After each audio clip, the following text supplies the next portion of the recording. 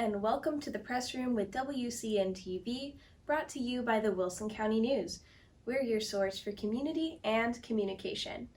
I'm your host, Julia, the marketing and social media specialist here at the Wilson County News. In this week's show, we're going more in depth on the following topics that were covered in our August 17 edition of the Wilson County News. Upcoming public hearings in Wilson County concerning tax rates. Updates from the Poth Independent School District. News from Floresville City Council and their consideration of community parks. And going back to school with newspapers and education.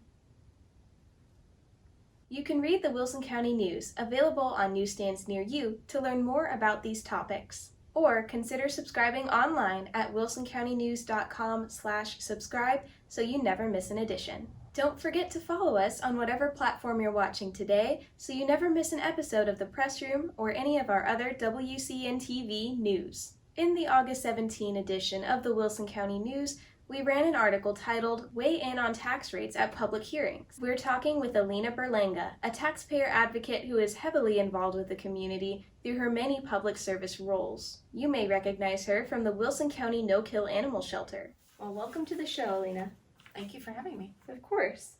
So, what is the purpose of a public hearing versus a regular meeting when it comes to county or municipal organizations? So, a regular meeting, I'm sure you already know, with attending them and recording, is just conducting normal business. Paying bills, acknowledging people or individuals in the community. Changing, revising policies, those kinds of things. That's just conducting regular business to keep the services or the agency running. Public hearing, though, is, I don't think a lot of people understand how important that aspect is of running a government agency. Okay. But a public hearing and the constituents having an opportunity, or voters having an opportunity to express themselves, but it gives them that opportunity in the public hearing setting. It's like giving testimony or evidence as to whatever the topic is that they're discussing. As an example, adopting or starting a new ESD, Emergency Services District. Letting them give their feedback on why they think it is a good or bad idea. And then our elected officials should be taking that information from the public into consideration on whether or not to move forward with that project or item. Right, that makes total sense. So that all being said, why should a regular old citizen consider attending any of the upcoming public hearings that have to do with setting the tax rates? It's extremely important. And I try to be very diplomatic and professional in how I express it, but I get really excited sometimes because I'm just going, this is how it affects us. We really, really need to pay attention to this. The tax rates that each of these entities, which I believe now we're at 19 or 20 that are actively taxing our properties. So I'm sure every one of us owns property or rents, because renters are affected too. They don't always think that they are, but the property owner has to pay taxes. Right. So, all the ESDs, the ISDs schools, the water companies, the San Antonio River Authority, well, why is that showing on my tax bill? Because that's the health and park. And at some point years ago, voters approved creating that additional district within our county to be taxed on. Yeah. So we have, like I said, 20 or so different active taxing entities. So if we don't attend these public hearings to listen for their reason, our elected officials' reason, as to why they want the rate to be what it is, and with what they're spending, what kind of budget are they looking at, what extras are they buying, how many more people are they hiring, all those decisions factor into those tax rates. So we really need to be aware of that. And when you get your tax bill from the tax assessor's office, who does not assess the rate, they do not determine the rates. It is the taxing entities. Right. But the assessor just collects them. Okay. But the assessor, you get your bill and you go, oh my God, why is it? Because we're not involved in that tax rate discussion, and then you pay the price after. Right. So the price for not getting involved and, speaking your mind or stating your opinions or troubles having to do with these entities may come back to kind of bite you. It absolutely does. We see it, that paper that you get in the mail from the tax assessor, which it says, this is not a bill. Yeah. That is absolutely not a bill, but it can become your bill if you don't protest your taxes. And then if you're not involved in the meetings or discussions or aware of the taxing entities that are listed on your bill or that soon-to-be bill, if you're not paying attention to those, they could increase their rates. Or we should be asking the questions of, why are you not adopting a no new revenue rate? Okay. Because property values are already increasing. Right. So the tax rate should actually come down to balance that out. We shouldn't be seeing additional revenue pumped into these agencies, because then that leads to more inefficient spending and wasteful spending. So yeah, absolutely. And so are there other ways besides attending a public hearing, maybe if you can't make it, that a citizen could be heard by their local government? Absolutely. So aside from attending the meetings, I would say you guys do a great job, Wilson County News. I see you have journalists at different meetings recording, so if you can't make it, go watch one of the videos. You're very good about doing the commissioners court meetings, which affects everybody in Wilson County. Right. So, go back and watch the videos. Depends on how long the meeting is. If you want to hit certain topics, you can fast forward it, which is nice, instead of sitting through an entire meeting. Right. If you can't do that, make an appointment to see your commissioner or your whoever the elected official is, your board member or whoever. Make an appointment to meet with them individually, send them emails, send them letters. And absolutely, when you see candidates, who are considering a position that they need to be elected to, research that candidate. What are they about? What are they bringing to the table? What are they doing to represent you?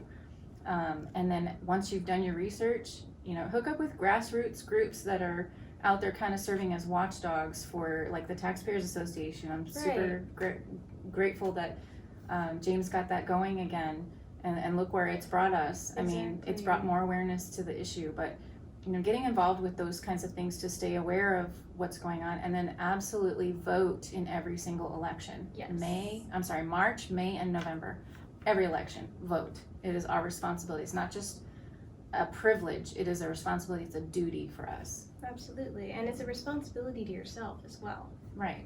I mean, the least effective thing to do is to rant on social media. The most effective thing to do is to attend the meetings, watch the meetings on recorded videos, all the things, grassroots groups, write letters, make appointments, those kinds of things. Bottom line is, I think that we need to make sure that we're using these public hearings and these other avenues to reach our elected officials, to remind them of the reason that we put them in office. We elected them to represent us. And I feel like oftentimes elected officials or elected representatives become disconnected from those that voted them into office in the first place. Right. So we need to re-engage and remind them of what it is we want, not what they want, but what we as a community, taxpayers, property owners, voters, what we want them to do on our behalf. Right. That's a great point. Well, thank you so much for the time and information you've been able to share with us. Well, thank you for having me. Of course. Upcoming public hearings in Wilson County concerning tax rates are as follows. The City of Floresville will meet on August 18th at 5:30 p.m. The City of Stockdale will meet on August 24th at 6 p.m. Wilson County Emergency Services District 1 will meet on August 26th at 9:30 a.m. Poth Independent School District will meet on August 29th at 6:30 p.m. Wilson County Emergency Services District 3 will meet August 29th at 9:30 a.m. Wilson County Emergency Services District 4 will meet August 30th at 6 p.m. Bexar County ESD 6 will meet on August 30th at 6 p.m. The City of China Grove will meet on September 13th at 6 p.m. For the meeting locations or more information, view the August 17th Wilson County News. You can also call the entity from which you're looking to learn more. Also in the August 17th edition, Wilson County News reporter Kim Johnson updates the community about Poth Independent School District. We're talking with Kim next about their August 10th meeting. Welcome to the press room, Kim. Thank you. Of course. So what was the August 10th Poth ISD trustees meeting centered around? What was the issue? Well, the issue was, that was the night that the 17-member facilities planning committee that the school board has set up presented their recommendations on a potential bond election, Right. which the school board agreed to call an order for Okay. November 8th. So in your article, there were a lot of citizen concerns about, what the money was to be used for Mhm. based on their last bond from 2017, if I'm correct. Right. So what are those concerns about? Well, the concerns were, in a nutshell, that what's included in this bond is expansion, repairs of the elementary school and cafeteria. I think that they had assumed that these things would have been covered with the last bond that was Right. up for election and was passed in 2017. They had money left over. Okay. And the elementary school was on the list of priorities, but somehow these same things that are needed and more did not get picked up Okay. by the Interesting. last bond proposal, or bond election. So the work remains to be done, and now they have to get a new bond to get it done. And it's about aging facilities, and it's all about the elementary school and the cafeteria, and it's in bad shape. Oh man. And so with this bond that the board agreed to pass, the election will be held November 8th. Yes. What can citizens look forward to improvement-wise compared to the last bond? I know you mentioned some more specific wording. Right. Well, one of the things that has changed since the last bond election, there's been some legislative changes, and it has to do, and they pointed this out, the committee did, with very precise wording in the proposal or in the proposition. They have to post more, they will be posting more voter information documents about what it is. And in the bond, if they use this proposition as the committee recommended, it specifically says for school facilities by expanding the elementary school, remodeling the cafeteria, and anything left over goes only to the kindergarten or elementary school. Wow. And they also have to include that, and this is for everybody, the words, "This is a property tax increase." Okay. So that there's no question. Yeah, exactly. That leaves no questions unanswered Mhm. as to what the bond will be used for. Right. And it's an issue of trust. And now there's no room for it's seems to be pretty solid the way that they worded it this time around. Right, I have to agree. Mm-hmm. And for more information, Kim, you did a great job explaining Thanks. the attitude of the community at the Right. meeting, which is not all bad. There are a lot of positive things there too. Oh, certainly, Oh, by yeah. all means, of course. They're And so- coming together as a community, and it's Exactly. all in all, it's a good thing. It is. And so for more information about this issue, check out the August 17th edition of the Wilson County News. And Kim also was able to record the entire meeting on camera, so the video is available on our YouTube channel at youtube.com/Wilson County News. Thank you so much for your time. Thank you. Next, we're talking Floresville City Council with Wilson County News reporter Greg Rips. But first, we're taking a quick break. We'll be right back with more news. Welcome to C Street Gift Shop, located at 1012 C Street in Floresville, Texas. We're your one-stop shop for all things gift, including boutique-style clothes, gourmet food items, bath and body products, and much more. We love our community, and to show our love, several items for sale in our shop benefit local nonprofits. These handmade quilts by Carolyn Dote benefit the Wilson County Historical Society in honor of the late Harry Groves. These bowl cozies, also by Carolyn, benefit the same cause. Zip-up pouches by Nikki Storr benefit the Friends of the Wilson County Public Library, which fundraises for the library's programs. Come visit our shop to find fun, unique, and handmade items sourced in Wilson County, or shop online at www.cstreetgiftshop.com. We'll see you soon. We're glad you're still with us for the press room with WCN-TV. As promised, we're talking with Wilson County News reporter Gregory Rips about his August 17th article titled Floresville's Gloria Cantu Asks, Where Are the Parks?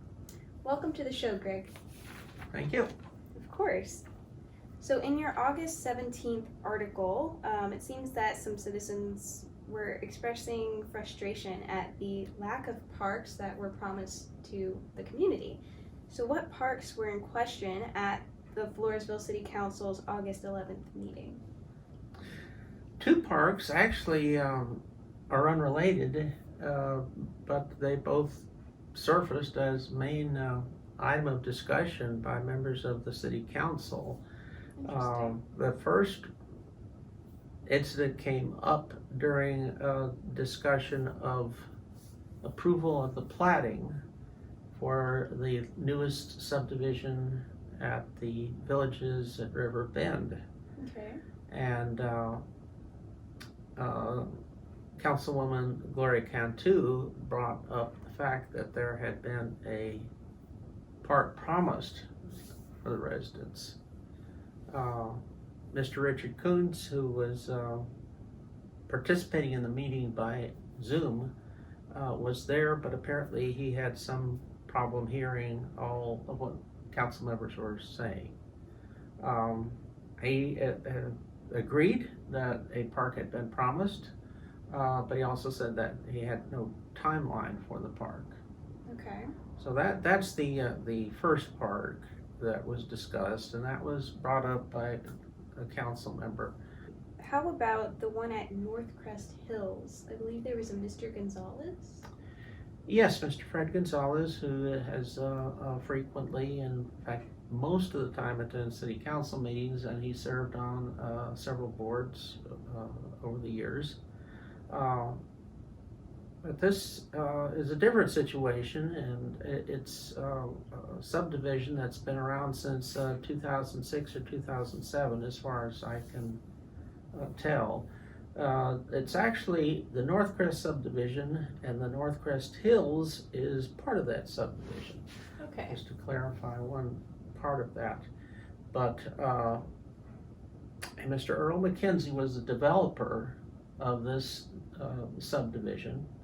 He originally owned the property, and it was developed for housing, and at one point he promised, actually, from what I find out, originally 12.2 acres, although I think the size of the park that was mentioned last night was smaller. Right. In any case, the property is there and was promised for a park. Okay, interesting. So were any actions taken to move forward with either of the park projects that were mentioned? Well, in the case of the Villages at River Bend, there were no definite actions taken, Right. but it sort of increased the visibility of having a park. We don't really know how to gauge, or haven't gauged yet, how much interest people are expressing in having a park there. We haven't heard anything directly, and no one has spoken out at the council meetings, but certainly if it was promised, there needs to be some effort to make sure it is in place. With the North Crest Park, that is, the city council did take steps to have a surveyor plan to survey the area and give them some opinions as to how they should proceed in the building of a park. So that's a preliminary step. One thing that I think I ought to bring up is the fact that Mr. Gonzalez has been concerned about the safety in the neighborhood, since there are a lot of children as well as a lot of older adults. And he explained to me that part of that subdivision, in fact, the area where a park would be built, has a number of turns, and in the area where the park could be built, there's some high grass and there's some low visibility. So children really need to have a place to play. He also said that there are no sidewalks in that part of the subdivision, which means that children who might be playing on the sidewalk or older adults who might be walking on a sidewalk would have to use the street. So what can citizens do to encourage any entity really to move forward with projects that they deem important, like Mr. Gonzalez deems the safety and the park itself? They should contact their council members, and this is the best time of the year to do it because they are working on budgets, which must be finalized before October 1st. Okay. And most of the government entities have already set hearings in place. Of course, you can show up at council meetings and hearings, but you can always pick up the phone at any time or write a letter or an email. They certainly need to hear from the citizens. I agree. Well, thank you so much for your time and the information today, Greg. Oh, you're very welcome. All right. For more information about the Floresville City Council's August 11th meeting, see the August 17 edition of the Wilson County News. Last on today's agenda, we're talking with Kristen Weaver, the Director of Operations at the Wilson County News. She brought the Newspapers in Education, or NIE program, to the Wilson County area. And she is here to talk with us about the program and about how newspapers can be used in classrooms as area schools gear up for the 2022-23 school year. Welcome to the press room, Kristen. Oh, thank you. All right. So what is Newspapers in Education, and what does the Wilson County News do as part of this program? Newspapers in Education is a nationwide effort that many newspapers implement. I learned about it over 20 years ago. I remember clearly it was about the year 2000, and we were just talking about it and said, oh, we should be part of this effort. So we established, in name, a Newspapers in Education program where you get newspapers into students' hands in the classrooms. Wow. And that's basically what our program does. Yeah. So what is the importance of having local newspapers in local classrooms? Well, the importance is that you become part of the curriculum the newspaper does by teachers, making that part of their studies. Sometimes they can do really creative things with it, even if it's just, at the end of the day, they send the newspaper home with the student. But the majority of our teachers do incorporate it into their curriculums. They have them doing specific tasks and activities to meet those goals that they're setting, and so students then become more engaged in their community because they're seeing, sometimes they see each other. We have cover sports. They'll see things that are shared from the classroom. They see people they know in the community. They'll learn more about their local community, and they can really connect to that because this is where we live. It's people they know. Right. So have you seen what some teachers have used newspapers for in the past? Can you give Sure. some Yeah, there's been a lot of creative uses for the newspapers. One can be defined as something as little as a young learner who's just learning to read, and they're identifying certain letters, or scavenger hunts, things of that nature. Many teachers also incorporate it into different studies, so it's not just about reading in English. We have teachers incorporating it into their science and math curriculums, a lot of government, a lot of life skills, and just it really is across the board. And of course, from the very young all the way through high school. That's awesome. Mm-hmm. So if parents are not seeing, their students coming home with newspapers or want to see newspapers in classrooms, as well as teachers if they would like newspapers in their classrooms, how can those people make newspapers appear in their schools or classrooms? Good question. So the simplest answer would be reach out to us at the Wilson County News. Give us a call, 830-216-4519. But I would take it to, it just depends. Like if you are familiar with this program, you think that would be great for your child in school, and you know that they're not using the newspaper, perhaps ask the teacher, but always just reach out to us. The teachers, we have communication with them, and we have a form we have them fill out, so we know what school they're going to, how many papers they're requesting, what subject, what they're going to be using the newspapers for, and it puts them into check. So you can also visit our website, wilsoncountynews.com, and you can get to newspapers and education from the menu item, and there's a way for teachers to access the form there to request the papers. But basically just start with reaching out to us, or have a conversation with your teacher if you can, and see if you can get them interested in connecting with us. Awesome. And if I'm not mistaken, there are ways that people can support the NIE program otherwise, correct? Yes. So we supply the newspapers to teachers in their classrooms at no charge to them at all, and that is because we have sponsors. It started more than 20 years ago. We started this with asking subscribers to the newspaper if they wanted to donate to this effort, and that's how the funds started to come in, where we were able to say, okay, this supports some of those expenses for us to be able to distribute and provide the newspapers to so many classrooms. Right. And now we actually have a sponsor drive, so it's an annual thing that we're working on right now, so you can still become a sponsor for the year. Businesses, individuals, organizations are welcome to do that. We have a page, you can find it on our website, to look at the sponsors who are currently helping our program, and they get name recognition in the newspaper. We run a nice ad about that once a month, and we also of course have them online, and and we try to provide that feedback to our sponsors about how the teachers are using the newspapers, and it's a really good program. So yeah, I think it makes a great investment for the business community to be part of it. I have to agree. Well, thank you for this information. You're welcome. Thank you. Yeah. That's all for today, folks. Thank you for tuning in to the Press Room with WCN-TV, brought to you by the Wilson County News. Remember, you can find more information about anything we talked about in this video in the August 17th edition of the Wilson County News. Remember to follow us where you're watching so you never miss an episode of the Press Room or any of our other WCN-TV news. And consider subscribing to the Wilson County News to receive print, digital, or both editions of the paper every week. You can find more news, including free news resources, or subscribe at wilsoncountynews.com. You can also download our app, Go Wilson, from gowilsonapp.com, available for Apple and Android devices, so you can receive updates from our newsroom at your fingertips. We hope you'll tune in next week for the next episode of The Press Room with WCN-TV. We'll see you soon.